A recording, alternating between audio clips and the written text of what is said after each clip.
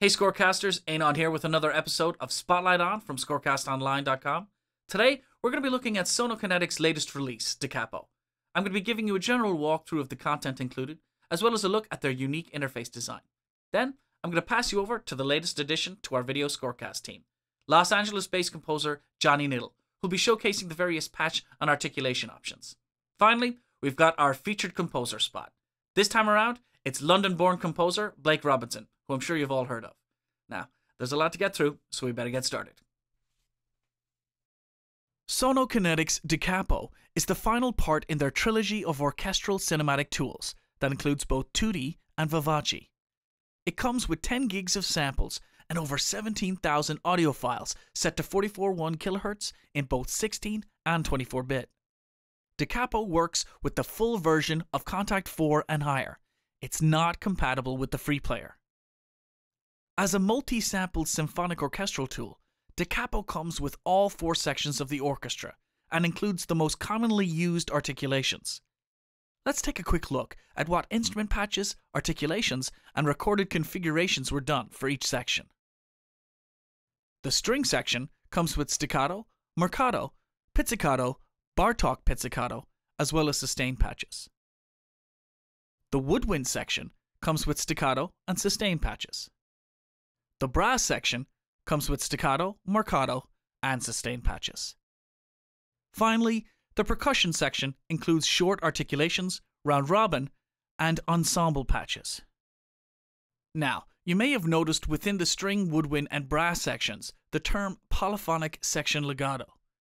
Capo has a total of 6 different legato articulations, and these can be played simultaneously to create polyphonic legato.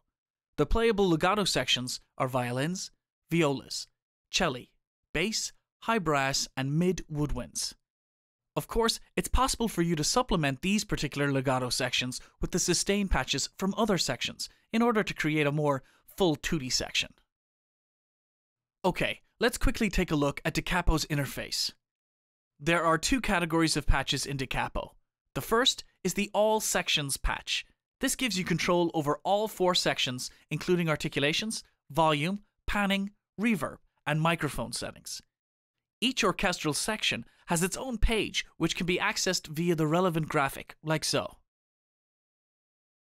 You can deactivate individual sections via the mute button below each graphic. Panning and volume controls are located around the circumference of the graphical button for each section. Panning can be adjusted like so, and so can volume. Tuning control is located here. As you can see, there's options for both 440 and 442. In the middle, you'll notice the mix slider. This allows you the option of choosing your mod wheel for velocity control over the standard key velocity function. Below, we have the microphone setup. Just like Tutti and Vivace, you have the choice of any combination of close, deca, wide, and balcony microphone settings. Beside each is a volume level slider, which can easily be adjusted by dragging up and down. Now, the default setting for the microphones is deca and wide. This is to save system resources and RAM. Saying that, Sonokinetic have also included light patches to help ease the burden on whatever system setup you have. On the far right, you'll see the impulse response reverb control. Here, you can manipulate not only the amount, but also the size. Capo was recorded in the same hall as Tutti and Vivace, and this is the default IR included so that you can easily use all 3 libraries together when writing and mixing. Another interesting feature of the All Sections patch is the ability to stack articulations. For instance, a staccato or marcato attack can be added to a sustain or legato note. This can greatly improve workflow when creating cues in a short period of time. Let's now take a quick look at the second category of patch options, the ensemble patch. You'll notice a very similar setup to the All Sections patch interface. Now with the ensemble patches, you're unable to stack articulations, but they do allow you the freedom to trigger and record articulation changes within your instrument via the blue key switches located here. Sticking with the keyboard layout, Bartók pizzicato samples are automatically loaded and can be triggered by pressing the highlighted black low keys shown here. The red keys indicate the playable range of the currently selected instrument.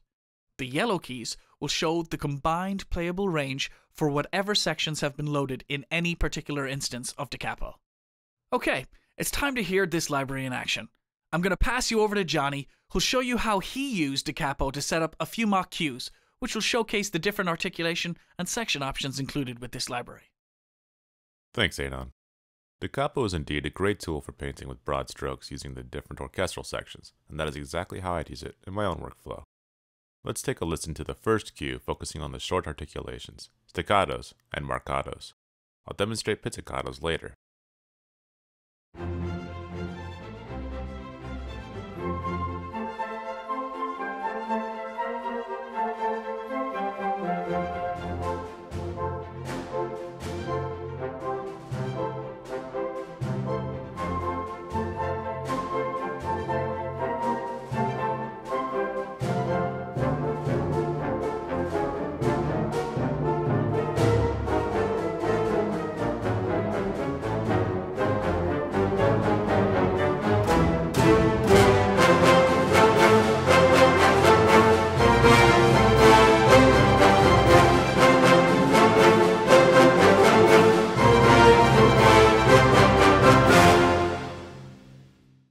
Since I was using fast dynamics changes, I kept the Capo dynamic slider set to velocity controlled.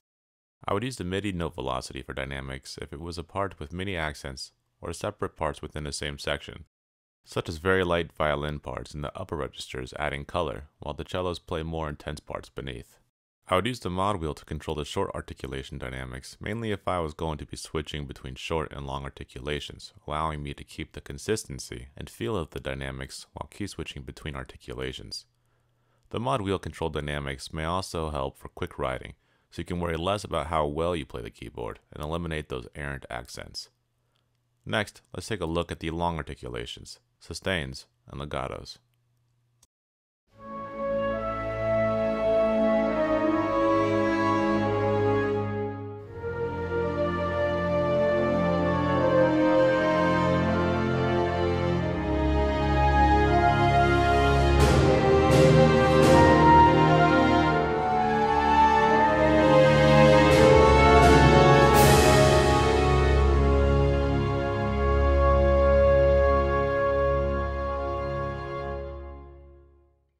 I routed each Da Capo instrument's impulse response level slider and size slider to be automated by two different MIDI CC numbers, 20 and 21 respectively.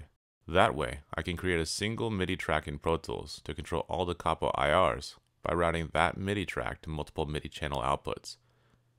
I did this because I'll be pulling down the amounts for the shorter articulations to keep the clarity and lightness, then cranking up both settings to warm up and fill out the slower legato passages.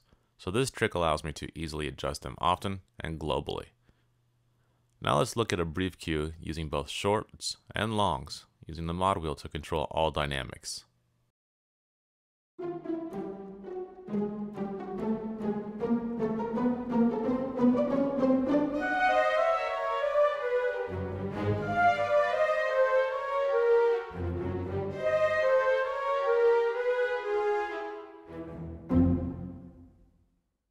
Here I used the mod wheel to control the dynamics, allowing for a smooth transition between key switches. As you can see, the mod wheel allowed me to easily control the dynamics throughout. You are able to do more detailed work with Da Capo as well by splitting out the sections, such as separating the strings by loading several Da Capo string sections and having only violins active in the first, violas on the next, etc. You can split apart the percussion this way as well, allowing for greater treatment of each instrument in the mix. Da Capo also includes the All Sections patch, which would be useful for more generalized sketching, and the light patches to get you up and running quickly. But I would use the general section patches 98% of the time. And that is a quick look at how I would use Da Capo in my own workflow. Back to you, Eanan. Now it's time for our featured composer. Blake Robinson has built a stellar reputation writing and orchestrating music for video games, film, and television, but he'd be best known for the work he's done with major sample library companies like Sonokinetic. Let's have a look at the demo he did for Da Capo, Playing in the Snow.